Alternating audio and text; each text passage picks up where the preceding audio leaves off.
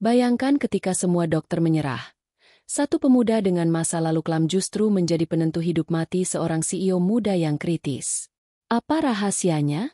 Apa yang membuatnya yakin bahwa pertolongan Allah nyata? Saksikan hingga akhir dan jangan lupa dukung cerita ini agar harapan baik kita bersama bisa terwujud.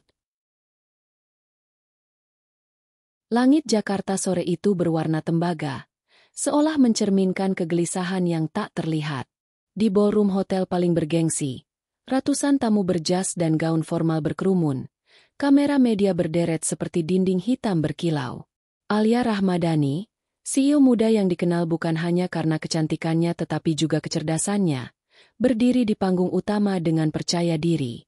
Suaranya jernih saat ia mempresentasikan strategi baru perusahaan teknologi kesehatan yang baru saja ia bangun. Kata-katanya tajam, matanya bersinar. Setiap gerak tubuhnya memancarkan keyakinan seorang pemimpin yang masih berusia 27 tahun namun sudah mengendalikan ratusan karyawan. Namun di balik senyum profesionalnya, sejak pagi Alia merasa tubuhnya semakin berat. Tekanan darahnya turun naik, napasnya kian pendek. Dokter pribadinya sudah memperingatkan agar ia beristirahat, tetapi jadwalnya terlalu padat, dan rasa tanggung jawab yang berlebihan menutup semua alarm dalam tubuhnya sendiri. Dalam beberapa detik yang terasa lambat, jari-jari Alia mulai bergetar saat memegang mikrofon. Para tamu mengira itu hanya efek gugup. Lalu sebuah kejadian yang tak diduga terjadi. Suara Alia terputus di tengah kalimat. Pandangan matanya buram, dan mikrofon jatuh. Ia roboh di hadapan seluruh audiens. Seketika ruangan yang tadinya penuh tepuk tangan berubah hening lalu riuh. Kamera-kamera yang semula menyorot pidato mulai merekam kepanikan.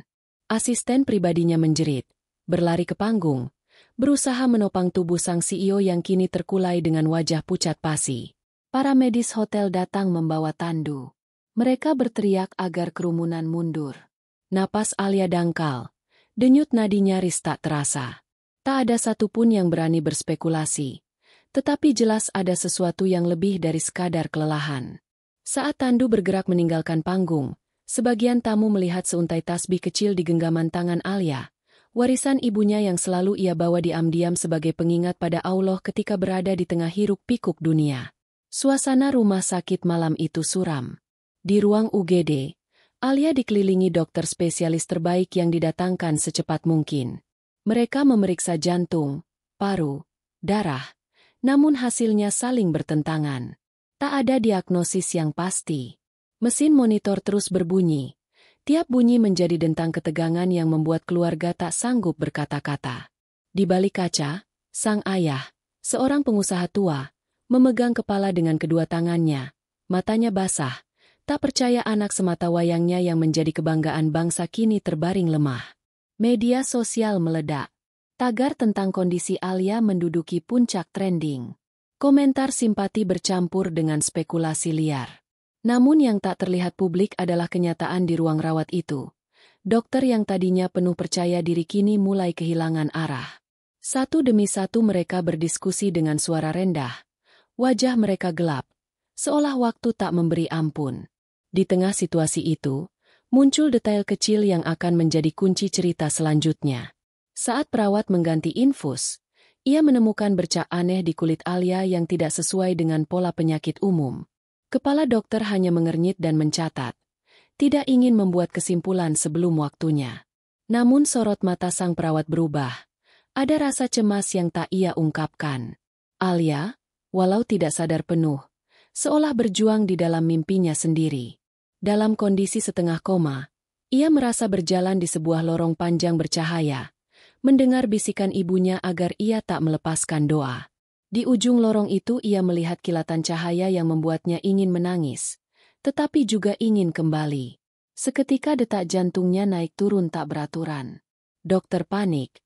Mereka meningkatkan oksigen dan obat penenang. Di ruang tunggu, keluarga mencoba menenangkan diri dengan membaca doa. Ayahnya berbisik lirih, menyebut nama Allah, memohon agar putrinya diberi kekuatan. Aroma antiseptik rumah sakit, suara monitor, dan doa yang patah-patah bercampur menjadi satu atmosfer yang menegangkan.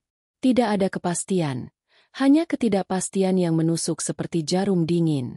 Malam semakin larut. Para dokter senior akhirnya menggelar rapat darurat di ruang konsultasi. Kesimpulannya sama, Alia kritis. Mereka tidak punya jalan keluar selain perawatan suportif sambil menunggu kondisi stabil.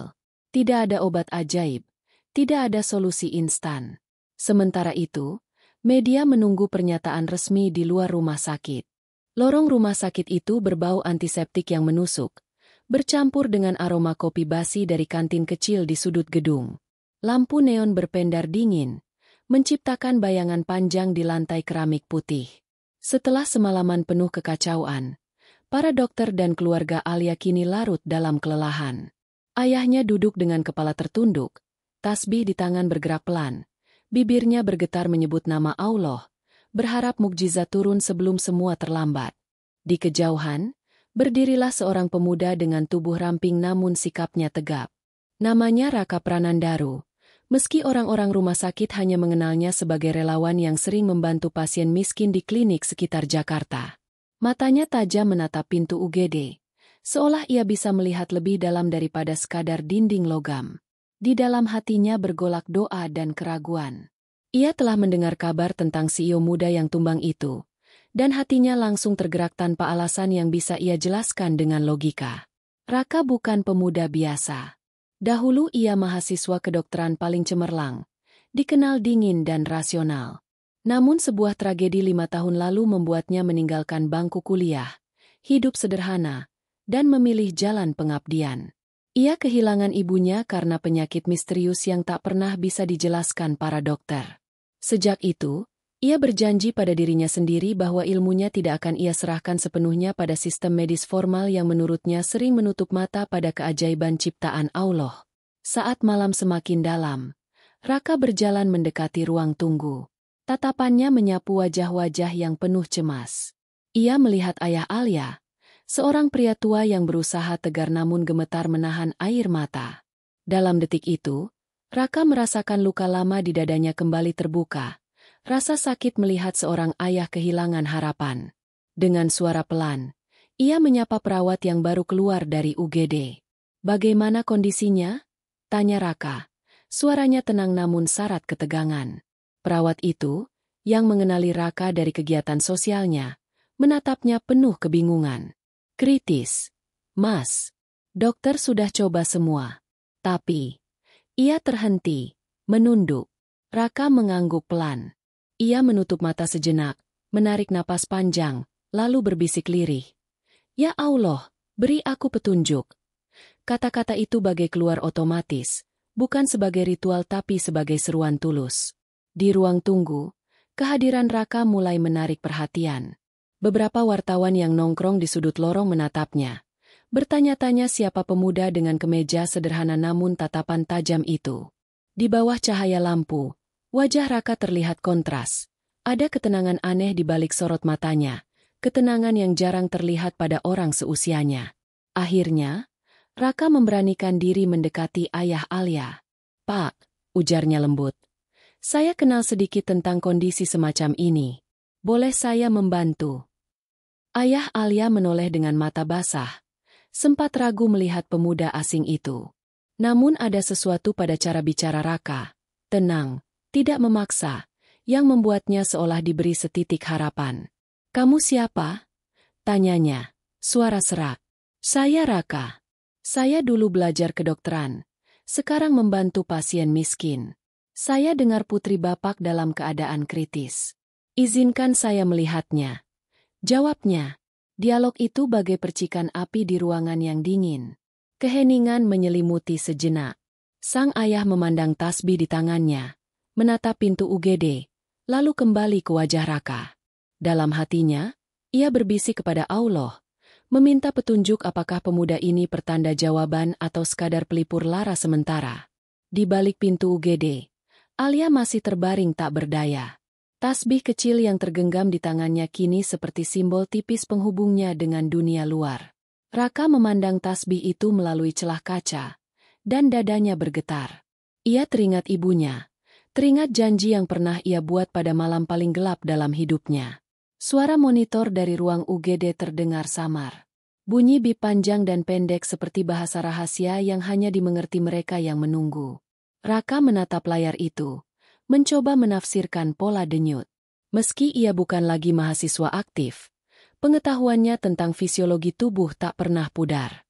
Namun lebih dari itu, ia tahu ada sisi manusia yang tak bisa diukur dengan mesin. Jiwa, keyakinan, dan doa. Sebuah kilatan lampu kamera membuat Raka tersadar kembali pada realitas. Wartawan sudah mulai memfoto dirinya. Ia menunduk, melangkah mundur, mencoba menjaga jarak. Namun di dalam hatinya, ia tahu langkahnya tak mungkin berhenti di lorong itu saja. Ada tarikan yang lebih kuat, seolah Allah mengarahkan jalannya ke titik yang ia sendiri tak berani bayangkan. Ayah Alia akhirnya berkata dengan suara lirih, "Baik, Nak, aku tidak tahu lagi harus berharap pada siapa. Kalau kamu yakin bisa membantu, aku akan bicara pada dokter." Kata-kata itu membuat udara di lorong menjadi lebih berat, seolah semua yang hadir menahan napas. Raka menunduk hormat, lalu melangkah pelan mendekati pintu UGD, menatap sekali lagi sosok Alia yang pucat. Dalam hati ia berdoa, "Ya Allah, kuatkan aku agar aku bisa membantu tanpa pamrih. Jangan biarkan aku terjebak pada kesombongan." Lorong rumah sakit malam itu terasa lebih sunyi. Jam di dinding berdetak pelan. Suara AC mendesing monoton. Namun di antara bunyi-bunyi itu, ada sesuatu yang baru tumbuh. Sebersit harapan yang nyaris padam kini menyala kembali, meski kecil dan rapuh. Fajar baru saja menyentuh atap rumah sakit ketika udara dingin menusuk tulang.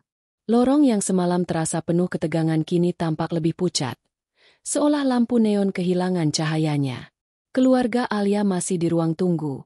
Ayahnya belum beranjak sejak malam, sementara bibirnya tak berhenti bergetar menyebut nama Allah. Mata para kerabat sembab, pakaian berantakan. Wajah mereka campuran antara kelelahan dan ketakutan. Tidak ada yang tahu apakah hari ini akan membawa kabar baik atau justru kabar terakhir. Di balik kaca ruang UGD, tubuh Alia terbaring kaku seperti patung yang nyaris retak. Selang infus menancap di kedua tangan. Monitor jantung menunjukkan garis yang kadang naik kadang turun, bagaikan ombak kecil yang bisa lenyap sewaktu-waktu. Tasbih kecil yang ia genggam sejak malam masih melekat di telapak tangan yang dingin. Perawat berbisik-bisik di sudut ruangan, menyimpan rahasia yang tak mereka berani ungkapkan. Raka berdiri agak jauh, menyandarkan bahu ke dinding.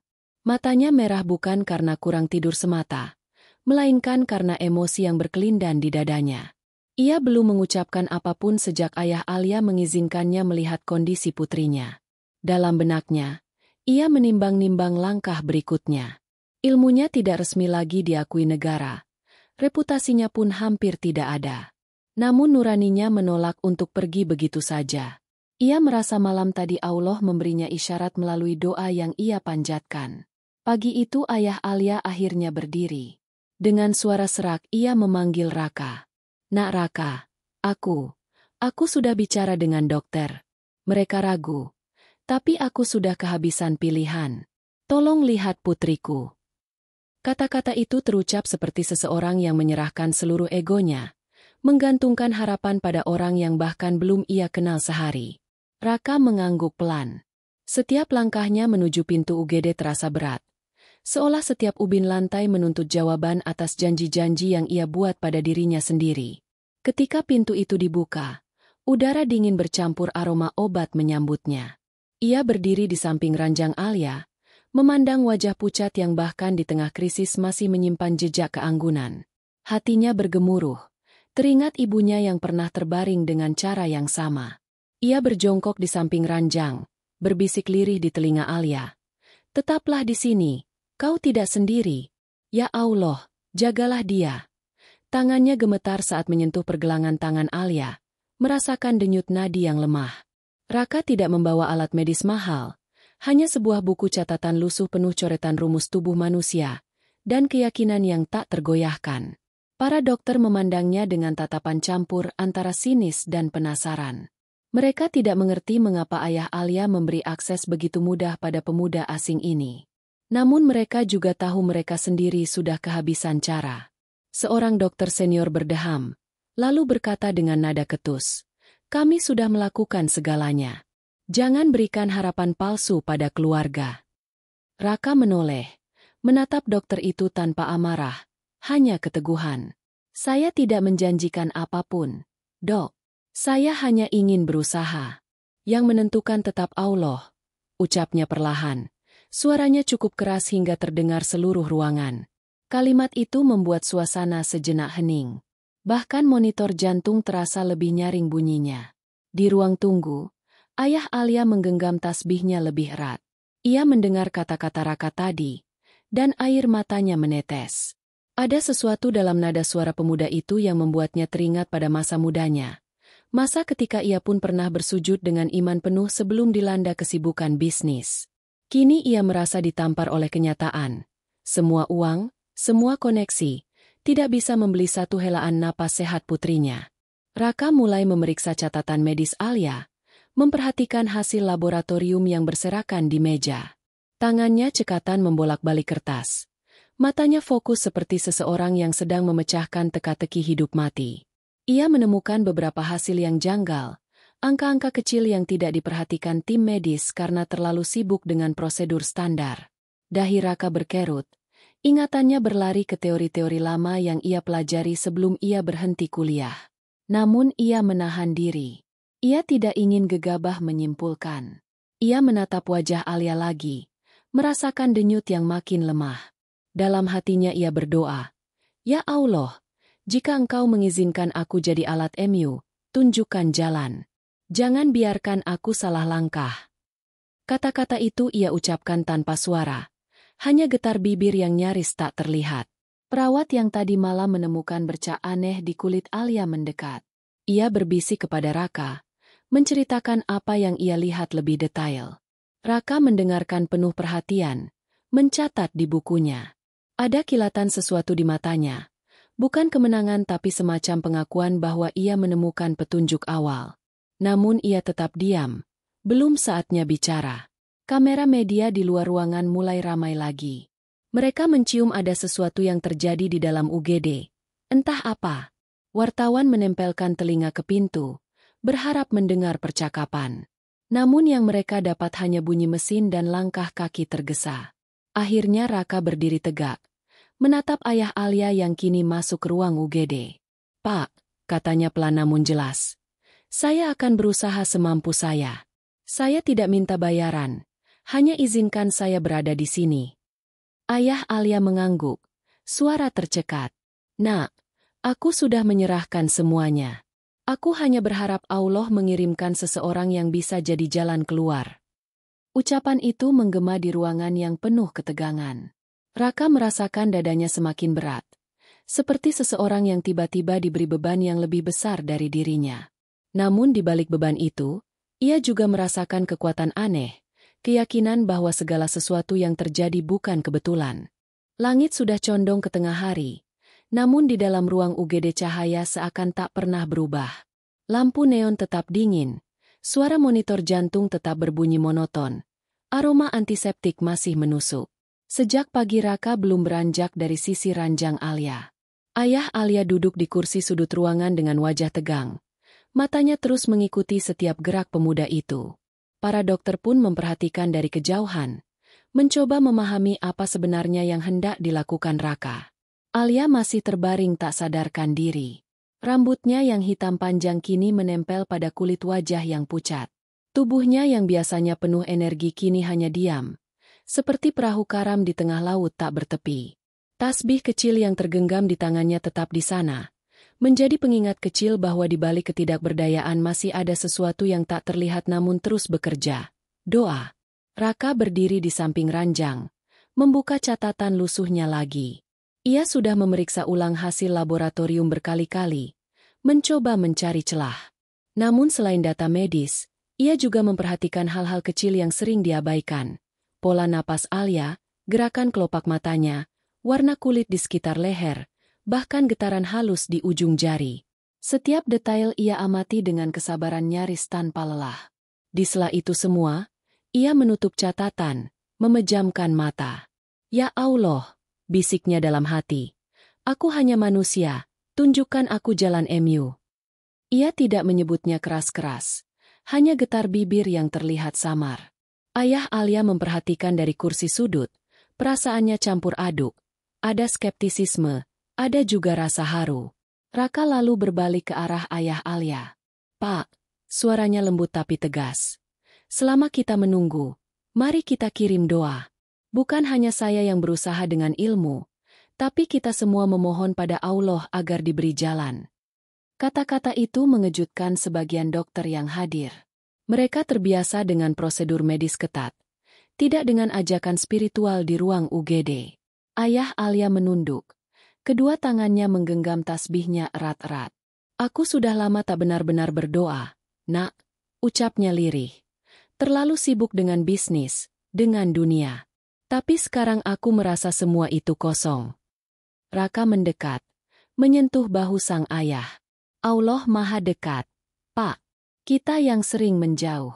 Tidak perlu kata-kata indah, cukup dengan hati yang tunduk." Ucapan itu membuat suasana ruang UGD berubah. Sebuah keheningan yang lain tercipta, bukan lagi dingin dan mekanis, melainkan hening yang hangat seperti nafas yang tertahan. Beberapa perawat yang beragama sama ikut menundukkan kepala. Bibir mereka bergerak pelan. Dokter yang tadinya berdiri kaku di sudut ruangan kini melonggarkan bahunya, membiarkan keheningan itu mengalir. Raka kembali memandang Alia. Ia mengambil segelas air putih, membacakan doa lirih, lalu menyentuhkan air itu pada dahi Alia. Tindakan sederhana itu bukan ritual asing baginya. Ia sering melakukannya pada pasien-pasien miskin di klinik yang datang dengan luka batin maupun jasmani. Ia tidak menganggapnya sebagai pengganti medis, melainkan sebagai jembatan antara ikhtiar dan permohonan. Di luar, suara wartawan masih terdengar riuh. Mereka tak tahu apa yang sedang terjadi di dalam. Mereka hanya melihat pintu UGD tertutup rapat dan beberapa petugas keamanan berjaga ketat. Namun di balik pintu itu, perlahan suasana berubah. Dari ruangan yang terasa seperti ruang tunggu kematian menjadi ruang yang penuh dengan ketegangan bercampur harapan. Raka berbisik lagi pada Alia. "Meski tahu mungkin tidak akan didengar. Kau kuat. Di luar sana banyak orang menantikanmu.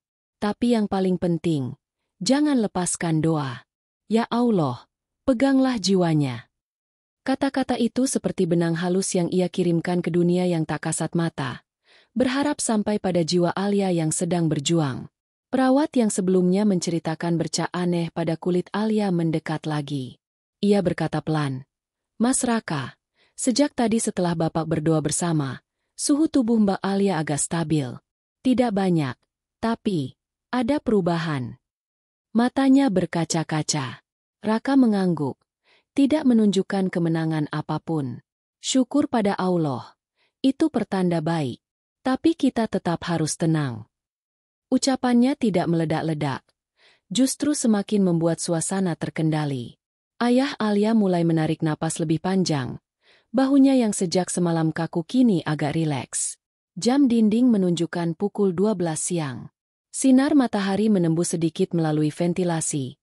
Jatuh di lantai seperti garis emas yang tipis. Raka memandang garis itu. Entah kenapa ia merasa itu simbol kecil dari jalan yang sedang dibukakan Allah. Dalam dadanya berkecamuk keyakinan dan rasa takut sekaligus. Ia tahu ini baru awal. Tantangan sebenarnya masih menunggu. Tapi setidaknya sekarang pintu doa sudah dibuka. Ayah Alia mendekati ranjang, menyentuh tangan putrinya yang dingin. "Nak, Bapak di sini. Bapak menunggu." Suaranya pecah. Air mata menetes membasahi selimut putih. Raka melihat momen itu dengan dada sesak. Teringat lagi pada dirinya yang dulu berdiri di posisi yang sama di samping ibunya. Hatinya memanas. Tekadnya makin dalam. Sore mulai turun pelan di atas atap rumah sakit, menciptakan bayangan oranye yang menyelinap lewat ventilasi ruang UGD. Namun di dalam, udara masih sama dinginnya, penuh suara mesin medis dan langkah kaki perawat. Sudah hampir 24 jam Alia berada dalam kondisi kritis. Semua orang menunggu, seolah hidup mereka ditahan di satu titik, tak bergerak maju maupun mundur. Raka berdiri di samping ranjang Alia dengan mata tajam namun kelelahan jelas terlihat. Ia tidak lagi hanya menjadi sosok misterius, melainkan sudah menjadi pusat perhatian tim medis. Setiap tindakan kecilnya diamati, Dari cara ia memeriksa denyut nadi hingga cara ia menutup mata sesaat untuk berdoa. Ayah Alia pun mulai terbiasa melihat pemuda itu seperti bagian dari lingkaran keluarga. Meski baru kemarin mereka berjumpa. Alia tampak lebih stabil secara angka, tetapi secara fisik ia masih jauh dari sadar. Kulitnya pucat, bibirnya kering, dan garis wajahnya tegang. Namun Raka merasakan sesuatu yang berbeda. Napas Alia kini memiliki ritme yang ia kenali, ritme orang yang sedang berjuang di batas kesadaran. Ia pernah melihat pola serupa pada pasien yang secara medis dianggap tak punya peluang, tapi entah bagaimana bertahan. Perubahan itu membuat Raka semakin serius memperhatikan setiap detail. Ia membuka catatan lusuhnya, mencatat kembali hasil yang ia lihat sendiri, membandingkan dengan data resmi dokter. Ada titik-titik kecil yang tak sinkron, semacam tanda yang diabaikan prosedur standar. Semakin ia teliti, semakin ia yakin bahwa kondisi Alia bukan sekadar penyakit spontan. Ada sesuatu yang bekerja pelan di dalam tubuhnya, sesuatu yang disengaja atau dibiarkan terjadi terlalu lama. Di sudut ruangan, seorang dokter senior memandang Raka dengan wajah masam. "Kamu bukan dokter resmi lagi," katanya pelan namun cukup terdengar. "Jangan sok tahu. Kita ini profesional." Raka menoleh. Matanya tetap tenang tapi suaranya berat. "Saya tidak mengklaim apa-apa, Dok. Saya hanya membaca tanda-tanda yang tampak. Yang menentukan tetap Allah. Kita semua hanya perantara." Kalimat itu membuat beberapa perawat menunduk, terasa seperti teguran lembut. Sementara itu, ayah Alia mendekat, wajahnya penuh garis kelelahan. "Nak Raka, apa kau menemukan sesuatu?"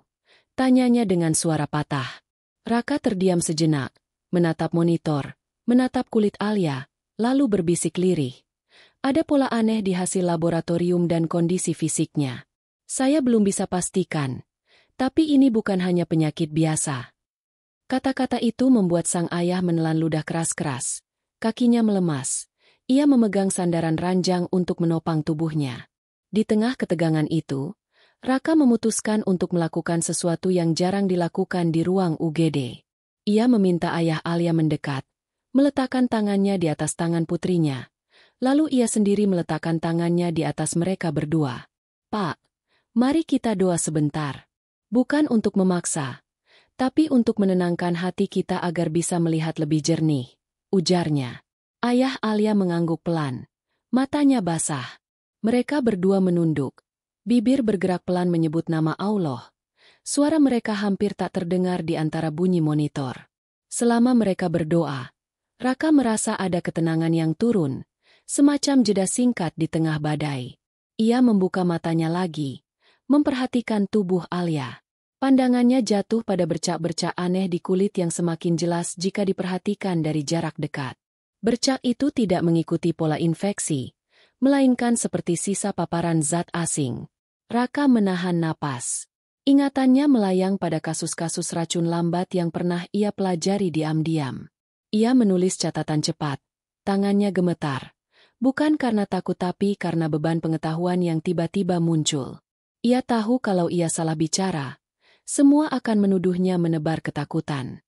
Namun kalau ia diam, nyawa Alia bisa melayang tanpa ada yang tahu sebabnya. Perawat yang sejak awal mempercayainya mendekat lagi, berbisik. "Mas Raka, suhu tubuhnya naik turun lagi." Tapi, mata Mbak Alia bergerak-gerak di balik kelopak, seperti orang mau sadar.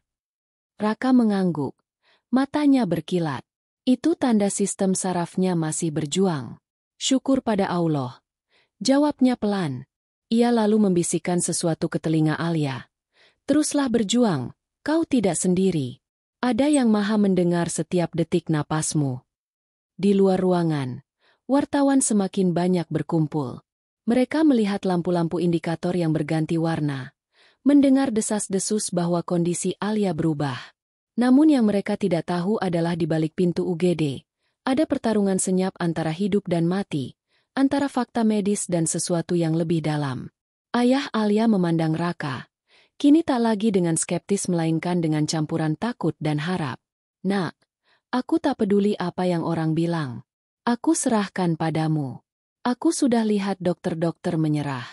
Tapi kau Entah kenapa aku percaya. Suaranya serak, nyaris pecah. Raka menghela napas panjang, menatap lelaki tua itu. Pak, jangan percaya pada saya. Percayalah pada Allah. Saya hanya berusaha. Ucapan itu membuat suasana menjadi syahdu sejenak. Perawat yang lain ikut menundukkan kepala, menahan air mata. Mesin monitor yang biasanya terdengar seperti dentang dingin kini seolah menjadi metronom doa yang tak berhenti. Menjelang malam, garis-garis cahaya sore menipis, udara semakin dingin. Raka berdiri tegak di samping ranjang Alia, matanya memandangi monitor lalu tubuh lemah itu. Ia tahu titik balik ini belum selesai, bahwa semua baru dimulai. Namun ia juga merasakan perubahan di dalam dirinya sendiri. Dari pemuda yang datang dengan langkah ragu kini menjadi seseorang yang berdiri dengan tekad penuh, menyadari setiap langkahnya mungkin menentukan hidup mati seorang manusia. Malam jatuh sepenuhnya. Langit di luar rumah sakit berwarna hitam pekat dihiasi lampu jalan yang berkilauan seperti bintang buatan. Namun di ruang UGD, cahaya lampu neon tetap dingin, suara mesin masih berdetak, dan tubuh Alia masih terbaring tak berdaya. Sementara itu Raka bersandar pada meja kecil, menatap layar monitor yang menampilkan grafik kesehatan Alia. Ia memandangi bercak-bercak aneh di kulit Alia yang sejak siang semakin jelas. Di dalam hatinya ada pergolakan yang sulit ia redam. Sejak menemukan tanda-tanda ganjil itu, Raka tidak bisa berhenti memikirkan kemungkinan terburuk. Ia membuka kembali catatan lusuhnya, mencocokkan hasil laboratorium Alia dengan referensi yang pernah ia pelajari. Setiap angka, setiap tanda, menunjukkan pola paparan zat asing yang sangat spesifik, bukan sekadar penyakit langka. Semakin ia teliti, semakin ia yakin, ini bukan semata kesalahan tubuh Alia, melainkan ada tangan yang sengaja memasukkan racun ke dalam hidupnya. Ayah Alia mendekat dengan langkah gemetar. Wajahnya tampak jauh lebih tua daripada kemarin. Nak Raka, suaranya bergetar. Ada sesuatu yang kau sembunyikan dariku. Ia sudah melihat cara Raka mencatat. Caranya menatap Alia bukan hanya sebagai pasien, tetapi seperti orang yang menemukan jejak kejahatan. Raka menatapnya lama. Ia menghembuskan napas berat. Pak, saya belum bisa memastikan. Tapi tanda-tanda ini tidak cocok dengan penyakit alami. Ini seperti efek racun yang masuk perlahan, dalam dosis kecil, sehingga tidak terdeteksi prosedur biasa. Kata-kata itu jatuh seperti batu ke dasar sumur. Ayah Alia terdiam, matanya membesar, jantungnya berdegup kencang. Perawat yang sejak awal membantu Raka ikut mendengarkan dengan wajah tegang. Mas, apa mungkin ini? Suaranya terputus. Raka mengangguk pelan, tidak berani menyebut lebih lanjut. Kita tidak boleh gegabah. Kita hanya berusaha menolong dulu, katanya dengan nada menahan amarah. Di kepala Raka terlintas gambaran cepat tentang Alia sebagai CEO muda. Ia ingat berita tentang kebijakan Alia yang memotong jalur korupsi dan memutus kontrak bayangan. Ia sadar perusahaan sebesar itu pasti punya banyak musuh tersembunyi. Seolah potongan puzzle itu menyatu di depan matanya. Ya Allah, bisiknya dalam hati. Kalau memang ini konspirasi, beri aku keberanian. Jangan biarkan aku berhenti di tengah jalan. Sementara itu, di luar rumah sakit, suasana tak kalah panas. Wartawan menggali riwayat perusahaan Alia, muncul rumor tentang konflik internal, saham jatuh, dan kontrak yang dibatalkan. Semua itu seperti bayangan gelap yang menempel pada tubuh Alia yang tak berdaya di ranjang rumah sakit. Raka menatap tasbih kecil yang masih tergenggam di tangan Alia. Ia teringat pesan ibunya dulu. Kalau kau merasa sendirian, jangan lupa ada Allah yang lebih dekat dari urat lehermu. Kata-kata itu membuat dadanya sesak tapi juga memberi kekuatan. Ia tahu jalannya akan penuh risiko. Tapi ia merasa tidak benar jika ia diam. Ayah Alia kini duduk lemas di kursi. Nak Raka, siapa yang tega melakukan ini pada putriku? Tanyanya lirih, suaranya pecah. Raka menggeleng pelan. Saya belum tahu, Pak. Tapi kita bisa fokus dulu pada tubuhnya. Kita coba keluarkan zat asing itu sedikit demi sedikit. Jangan pikirkan pelaku dulu. Dalam ruangan yang penuh ketegangan itu, dokter senior masih berdiri dengan sikap skeptis. Namun kini tatapan mereka bukan hanya meremehkan, melainkan juga waspada. Mereka menyadari pemuda ini menemukan sesuatu yang mereka lewatkan. Meski gengsi mereka terluka, hati kecil mereka tidak bisa memungkiri bahwa Raka mungkin sedang membuka jalan baru. Perawat tiba-tiba menunjukkan hasil terbaru. Tekanan darah Alia turun lagi tanpa sebab jelas. Raka segera mendekat, memeriksa selang infus, memeriksa napas Alia, lalu berkata pelan, "Dia sedang berjuang. Ini titik yang paling berbahaya." Dalam hati ia kembali berdoa, "Ya Allah, kuatkan dia. Jangan biarkan rencanamu kalah oleh niat buruk manusia." Waktu berjalan lambat. Jam menunjukkan hampir tengah malam. Raka duduk di samping Alia, membuka catatannya sekali lagi. Ia mulai menyusun strategi detoks yang aman tanpa merusak organ vital. Ia tidak bisa menyampaikannya terang-terangan, takut dicemooh atau dihalangi. Namun ia tahu kalau ia tidak berbuat apa-apa, semua ini akan berakhir tragis. Ayah Alia memperhatikan pemuda itu bekerja dalam diam. Ia melihat bagaimana tangan Raka gemetar menahan emosi, bagaimana mata pemuda itu menatap Alia dengan campuran tekad dan kepedihan. Ayah Alia merasa seperti melihat bayangan dirinya sendiri ketika masih muda, penuh idealisme, penuh keberanian melawan arus besar. Ia memegang tasbihnya lebih erat, berbisik, "Ya Allah, kalau memang pemuda ini jalan dari MU, kuatkan dia." Di luar, angin malam berhembus kencang. Lampu kota terlihat samar dari balik jendela. Raka menatap keluar sejenak, lalu kembali ke wajah Alia. "Aku tak akan biarkan kau jatuh sendirian," bisiknya nyaris tanpa suara. Kata-kata itu bukan sekadar janji pada Alia, tetapi juga pada dirinya sendiri dan pada Allah yang ia panggil di setiap napas. Dini hari menjelang.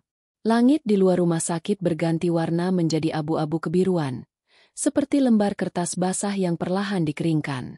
Di ruang UGD, suasana terasa berat namun lebih hening dibanding malam sebelumnya.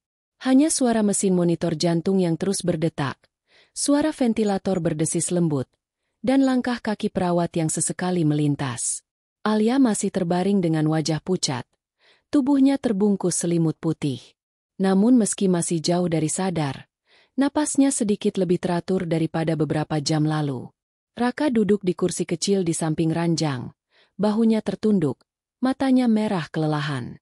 Catatan lusuhnya tergeletak terbuka, penuh coretan rumus, diagram tubuh manusia, dan catatan pendek tentang bercak-bercak aneh di kulit Alia. Ia baru saja menyelesaikan evaluasi terakhir atas hasil laboratorium yang dikirim perawat malam. Semua data mengarah pada satu hal, racun itu bekerja perlahan dan menyasar organ-organ vital. Tanpa tindakan khusus, Alia bisa jatuh ke titik tanpa kembali. Namun Raka tahu, di atas semua analisis itu ada kekuatan yang tak terlihat, doa. Ia menatap tasbih kecil yang tergenggam di tangan Alia. "Kau berjuang dengan caramu sendiri, dan aku berjuang dengan caraku," gumamnya lirih. Ia lalu menutup mata, mengangkat kedua telapak tangannya, dan dalam hati memohon, "Ya Allah, beri aku petunjuk. Jangan biarkan aku tersesat oleh kesombongan ilmu. Tunjukkan jalan terbaik untuk menyelamatkannya." Ayah Alia yang sejak tadi duduk di sudut ruangan melihat gerakan itu. Dengan langkah pelan ia mendekat. Wajahnya kini lebih tenang, meski masih menyimpan garis-garis kelelahan. "Nak Raka," suaranya lirih, "aku melihatmu bekerja sepanjang malam tanpa henti. Apa yang bisa aku lakukan?" Pertanyaan itu keluar bukan sebagai basa-basi, tapi sebagai suara seorang ayah yang kehilangan pegangan. Raka memandangnya dalam-dalam. "Pak, yang paling kuat yang bisa kita lakukan sekarang adalah doa. Tapi kita juga perlu strategi. Saya sudah memikirkan cara untuk membantu tubuhnya membersihkan zat asing itu. Namun ini butuh keberanian kita bersama." Kata-katanya pelan tapi tegas, seperti seorang guru yang menjelaskan kepada muridnya tentang ujian hidup yang tak bisa dihindari. Ayah Alia menunduk, jemarinya meremas tasbih. "Aku merasa bersalah, Nak. Sibuk dengan bisnis. Aku lupa mendoakan anakku setiap hari. Baru sekarang aku sadar." Suaranya pecah di akhir kalimat. Raka menyentuh bahu lelaki tua itu. Allah Maha Pengampun, Pak. Yang penting sekarang kita kembali. Kita lakukan apa yang kita bisa. Tidak ada yang sia-sia jika hati kita kembali padanya. Setelah itu Raka meminta semua yang berada di ruangan, ayah Alia, perawat yang bersimpati, bahkan dokter yang bersedia ikut, untuk duduk sebentar. Mereka membuat lingkar kecil di sekitar ranjang Alia. Lampu neon masih menyala terang, suara mesin masih berdetak, namun suasana berubah. Dari ruangan medis menjadi seperti ruang doa. Masing-masing menundukkan kepala, bibir bergerak pelan menyebut nama Allah, sementara tangan mereka saling bertaut. Raka memimpin dengan suara yang nyaris berbisik. Ia tidak membaca doa panjang, hanya kalimat-kalimat sederhana yang tulus. Ya Allah, Engkaulah yang memiliki hidup ini. Kami mohon beri kekuatan pada Alia, beri kami petunjuk. Jadikan ilmu kami jalan yang Engkau ridho. Kata-kata itu mengalir pelan namun dalam, seperti air yang menetes ke tanah kering. Ayah Alia meneteskan air mata. Dokter yang tadinya skeptis pun menutup mata sesaat. Setelah doa usai, Raka kembali ke sisi ranjang. Ia membuka tas kecil berisi ramuan herbal yang pernah ia uji pada pasien miskin. Bukan pengganti obat medis, melainkan pendamping untuk mendukung organ tubuh melawan racun. Ia memeriksa tekanan darah Alia sekali lagi, memastikan tidak ada reaksi buruk. Tangannya cekatan namun penuh kehati-hatian. Ayah Alia memperhatikan setiap gerakan dengan perasaan campur antara takut dan harap. Nak Raka, tanyanya pelan. Apa ini aman? Insya, dengan izin Allah, ini aman, Pak. Saya tidak akan melakukan apapun tanpa pertimbangan matang. Kita hanya mendukung tubuhnya, bukan menggantikan perawatan dokter, jawab Raka tenang. Perawat membantu menyiapkan air hangat, kompres, dan alat sederhana. Mereka bekerja seperti tim kecil yang kompak, meski di luar sana media sedang menunggu berita sensasional. Di dalam ruangan ini, mereka hanya fokus pada satu hal, bertahan bersama Alia. Raka lalu membisikkan kata-kata penguatan di telinga Alia. Kau tidak sendirian. Kau punya doa ayahmu, doa orang-orang yang mencintaimu, dan Allah yang lebih dekat daripada apapun. Bibirnya gemetar, matanya berkaca-kaca. Ia seolah berbicara bukan hanya kepada Alia, tapi juga pada dirinya sendiri, mengingatkan bahwa di balik semua rencana ada takdir yang lebih tinggi. Beberapa menit kemudian, monitor menunjukkan sedikit perubahan positif pada detak jantung Alia. Tidak besar, tapi cukup untuk membuat semua yang ada di ruangan itu menahan napas. Ayah Alia memandang layar, lalu memandang Raka, matanya penuh air mata syukur. Allah, terima kasih, bisiknya. Raka mengangguk pelan. Ia tahu perjalanan ini belum selesai, tapi sekecil apapun tanda perbaikan adalah tanda yang tak boleh diremehkan. Ia menutup catatannya, menatap keluar jendela, melihat langit dini hari yang mulai memucat. Dalam hatinya ia berkata, Ya Allah, aku akan terus di sini sampai semuanya selesai. Jangan biarkan aku mundur. Malam kembali turun dengan sunyi yang lebih pekat daripada sebelumnya. Hujan tipis membasahi kaca jendela rumah sakit, meninggalkan jejak air yang mengalir perlahan seperti air mata langit. Di ruang UGD, udara semakin dingin. Lampu neon tetap menyala. Monitor masih berdetak. Namun suasana berubah drastis. Tubuh Alia mendadak kejang pelan. Wajahnya semakin pucat. Dan suara mesin memperingatkan adanya bahaya. Raka langsung berdiri tegak. Matanya tajam namun dadanya terasa bergetar hebat. Ia menatap layar monitor yang menunjukkan penurunan drastis pada detak jantung. Ya Allah, bisiknya dalam hati. Ini saatnya ujian sebenarnya. Perawat panik, berlari mengambil alat bantu tambahan. Dokter senior masuk terburu-buru, memberi perintah cepat, menambah oksigen, memeriksa kembali infus, mempersiapkan obat darurat. Ruangan yang tadi hening berubah menjadi penuh suara. Bip mesin semakin cepat, langkah kaki berlarian, suara instruksi keras bercampur dengan doa lirih yang tak terucap. Ayah Alia berlari ke sisi ranjang. Wajahnya pucat, tangannya bergetar. Nak Raka, apa yang terjadi? Kenapa tubuhnya seperti ini? Suaranya pecah, matanya basah. Raka menahan napas, berusaha tenang. Pak, ini titik kritisnya. Tubuhnya melawan racun itu. Kita tidak boleh panik. Mari tetap berdoa, jawabnya. Meski di dadanya sendiri rasa takut menjerit. Ia tahu ini bisa menjadi akhir dari segalanya. Namun ia juga tahu bahwa di detik-detik seperti ini, doa lebih penting daripada logika semata. Monitor berbunyi panjang, garis datar muncul sejenak, membuat semua orang di ruangan terhenyak. Perawat hampir menjerit. Dokter bersiap melakukan resusitasi. Namun sebelum itu dilakukan, Raka mengangkat tangannya. Tunggu. Suaranya menggema, penuh keyakinan. Semua mata tertuju padanya. Ia mendekat ke telinga Alia, berbisik. Alia, kau mendengar? Jangan lepaskan. Ingat tasbih di tanganmu. Ingat bahwa hidupmu milik Allah. Bertahanlah. Ayah Alia meneteskan air mata deras, meraih tangan putrinya yang dingin. Nak, Bapak di sini. Jangan pergi. Demi Allah, bertahanlah. Detik-detik terasa seperti jam. Garis datar di monitor bergelombang kembali. Meski lemah, semua orang menghela napas panjang. Namun detak itu masih rapuh. Seperti lilin yang hampir padam. Raka menunduk. Air matanya jatuh untuk pertama kalinya sejak semua ini dimulai. Ia tidak pernah menangis di depan pasien. Tapi kali ini berbeda. Ada sesuatu dalam sosok Alia yang membuatnya merasa bagian dari perjuangan itu. Ia lalu menengadah sebentar, berdoa dalam hati. Ya Allah, jangan biarkan nyawa ini melayang sia-sia. Jika kau kehendaki, ambillah aku, tapi biarkan dia tetap hidup. Dokter senior menatap Raka. Masih ragu tapi juga tidak bisa mengabaikan keberanian pemuda itu. Kalau kau punya strategi lain, lakukan sekarang. Katanya cepat. Raka mengangguk. Ia mengambil ramuan sederhana dari tas kecilnya, meneteskan sedikit di bibir Alia. Ia tahu risikonya besar. Tapi ia juga tahu tubuh ini butuh sesuatu yang bisa melawan racun. Setelah itu, ia meminta semua orang berhenti panik sejenak. Mari kita diam. Mari kita doa bersama. Biarkan tubuhnya berjuang dengan tenang. Mereka menurut.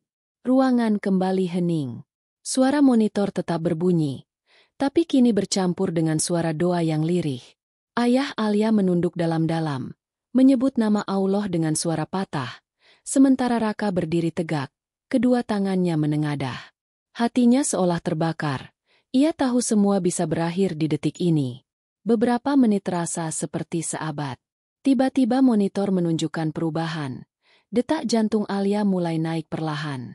Tidak stabil, tapi cukup untuk membuat ruangan kembali bernapas. Perawat menatap layar dengan mata berkaca-kaca. Dokter menahan mulutnya yang hampir bersorak, dan ayah Alia langsung bersujud di samping ranjang, menangis keras. Syukur pada MU, ya Allah, syukur pada MU. Raka sendiri terdiam. Air matanya masih mengalir. Tapi wajahnya menunjukkan campuran lega dan beban. Ia tahu ini bukan kemenangan, melainkan hanya satu langkah kecil melewati jurang maut. Alia masih kritis. Tubuhnya masih rapuh. Tapi ia telah menahan detik-detik yang bisa saja menjadi perpisahan terakhir. Ia lalu duduk kembali, menatap Alia dengan pandangan yang dalam. Kau sudah buktikan kau pejuang, bisiknya. Sekarang tugasku untuk memastikan kau benar-benar kembali. Jam dinding menunjukkan pukul 2 dini hari. Di luar, hujan mulai reda, menyisakan udara segar yang masuk lewat celah ventilasi. Di dalam ruang UGD, suasana penuh dengan kelelahan, tapi juga ada sesuatu yang baru, rasa syukur yang lahir dari detik-detik kritis yang nyaris merenggut nyawa. Langit dini hari berangsur memudar menjadi abu-abu pucat. Rumah sakit yang semalaman menjadi saksi perjuangan Alia dan Raka kini terasa lebih tenang, meski hawa tegang belum sepenuhnya lenyap. Mesin monitor di samping ranjang Alia berbunyi dengan ritme yang lebih stabil. Napasnya masih berat. Namun garis hidupnya telah kembali menanjak setelah melewati detik-detik kritis. Ayah Alia duduk lelah di kursi. Tubuhnya membungkuk seperti menahan dunia di atas pundaknya. Raka berdiri di dekat jendela, menatap kota yang mulai hidup. Wajahnya letih, rambutnya berantakan, matanya merah. Namun ada yang berubah di dalam dirinya. Semalam, ia hanyalah seorang pemuda yang menawarkan pertolongan. Kini ia berdiri sebagai seseorang yang memikul rahasia besar yang selama ini ia simpan rapat-rapat. Sebuah rahasia yang bisa mengubah segalanya jika terungkap. Ayah Alia menatap punggung Raka. Ia merasakan sesuatu yang tak pernah ia rasakan sebelumnya. Perasaan seolah ia mengenal pemuda ini lebih lama dari yang ia pikirkan. Ada sesuatu pada sorot mata Raka yang membuatnya teringat masa lalu yang ingin ia lupakan. "Nak Raka," suaranya lirih. "Kau mengingatkanku pada seseorang." Raka berbalik. Sorot matanya penuh keraguan. Ia sudah lama menunda saat ini. Namun melihat Alia yang masih berjuang di ranjang, melihat ayahnya yang menggenggam tasbih dengan tangan gemetar, ia merasa waktunya telah tiba. "Pak," suaranya nyaris berbisik. "Ada sesuatu yang perlu Bapak tahu tentang saya." Ayah Alia menegakkan tubuh, menatap Raka tajam. "Apa maksudmu?" Raka menelan ludah, merasakan jantungnya berdetak cepat. "Saya bukan hanya relawan biasa. Saya anak dari orang yang dulu pernah bekerja sama dengan Bapak. Mungkin Bapak ingat nama Pranandaru." Suasana ruangan seketika hening. Nama itu seperti palu yang jatuh memecahkan kaca tebal kenangan. Ayah Alia ternganga, wajahnya memucat. "Pranandaru, itu partner bisnisku dulu, yang..." Suaranya terhenti. Kenangan tentang skandal lama berkelebat di kepalanya. Perebutan saham, fitnah yang berujung pada jatuhnya karir seorang pria yang ia kenal sebagai sosok idealis. Pranandaru adalah sahabatnya sebelum perusahaan itu menjadi raksasa. Raka menunduk. Suaranya berat. "Ayah saya. Dia meninggal dengan membawa nama buruk. Dituduh korupsi yang tidak pernah ia lakukan. Saya tumbuh dengan melihatnya hancur perlahan. Dan saya bersumpah akan membersihkan namanya suatu hari. Saya tidak datang untuk balas dendam, Pak. Saya datang karena saya tidak tahan melihat putri Bapak menderita karena racun yang sama dengan cara yang pernah menjatuhkan ayah saya." Air mata menetes di pipi ayah Alia. Tangannya bergetar. Ia memegang kepala. "Allah, jadi, kau anaknya?" Suaranya pecah, penuh penyesalan. Raka mendekat, berlutut di depan lelaki tua itu. "Pak, saya datang bukan untuk menghukum. Saya datang karena saya percaya pada keadilan Allah. Saya tidak tahu siapa yang meracuni Alia, tapi saya tahu pola ini. Saya mengenal tanda-tandanya. Saya tidak ingin tragedi ini terulang." Ayah Alia menunduk. Tasbih di tangannya bergetar.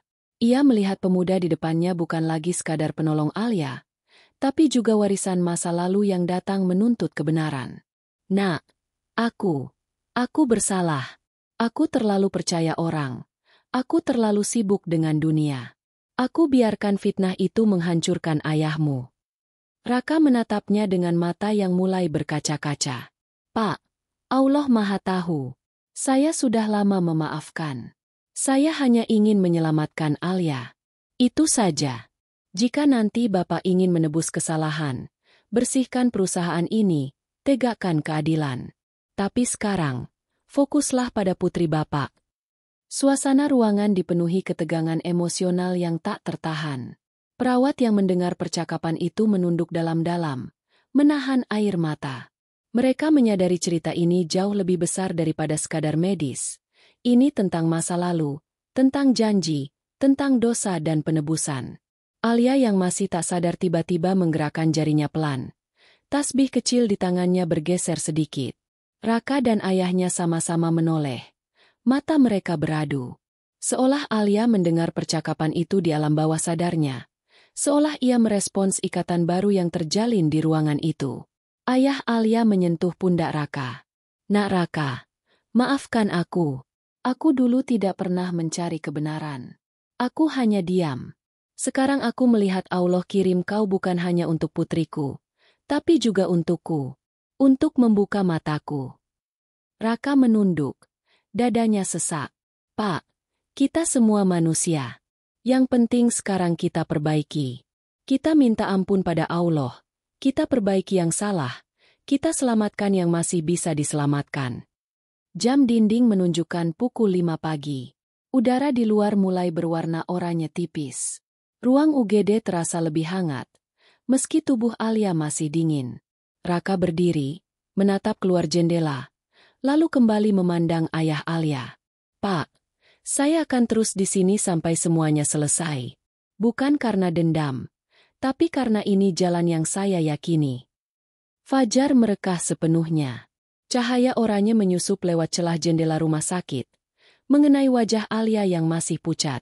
Mesin monitor di samping ranjangnya kini menunjukkan angka-angka yang naik turun seperti detak jantung dunia yang menahan napas. Ruang UGD terasa seperti pusat alam semesta, tempat di mana masa lalu, masa kini, dan masa depan bertemu. Raka berdiri di samping ranjang dengan wajah tegang. Ayah Alia duduk tak jauh, matanya merah penuh harap dan penyesalan.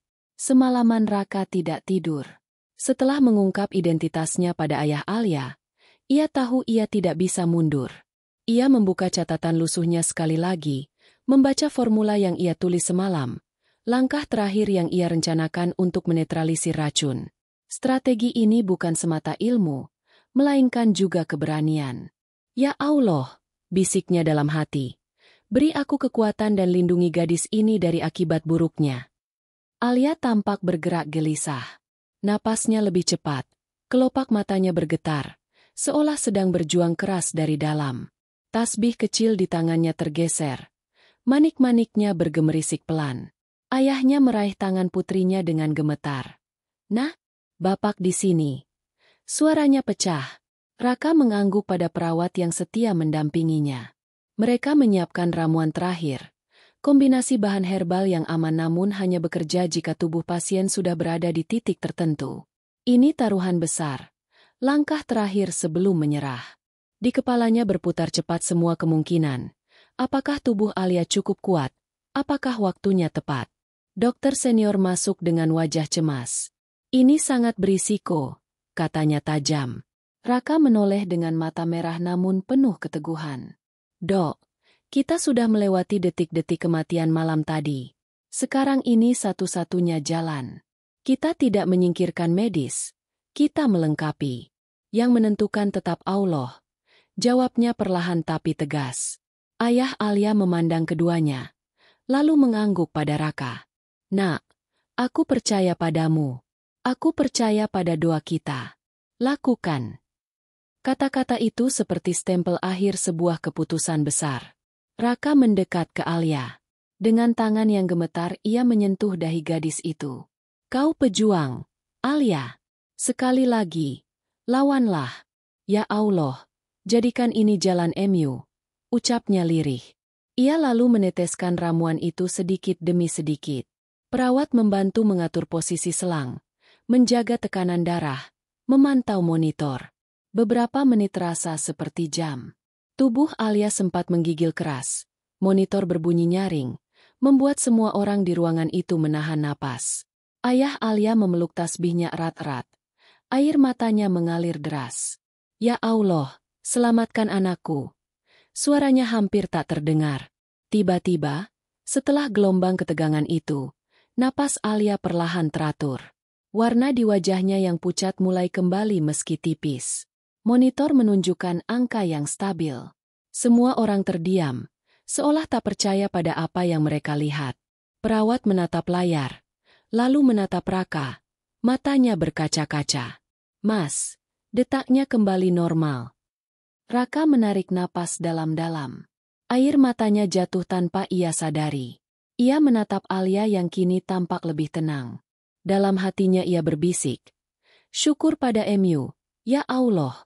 Terima kasih engkau beri kesempatan ini." Ayah Alia tersungkur berlutut di lantai ruang UGD, menangis keras. "Ya Allah, syukur, syukur." Ia meraih tangan Raka dan menciumnya. "Nak, kau bukan hanya penyelamat anakku, kau penyelamat hidupku." Beberapa detik kemudian, kelopak mata Alia bergerak. Perlahan ia membuka mata. Pandangannya buram namun jelas menangkap sosok ayahnya dan Raka di sisi ranjang. "Bapak." Suaranya serak, nyaris tak terdengar. Ayahnya langsung mendekap tangan putrinya. Air mata jatuh deras. "Nak, Bapak di sini." Alia mengalihkan pandangannya ke Raka. "Kau, Suaranya pelan. Raka hanya mengangguk. Matanya merah. Tenanglah, kau selamat.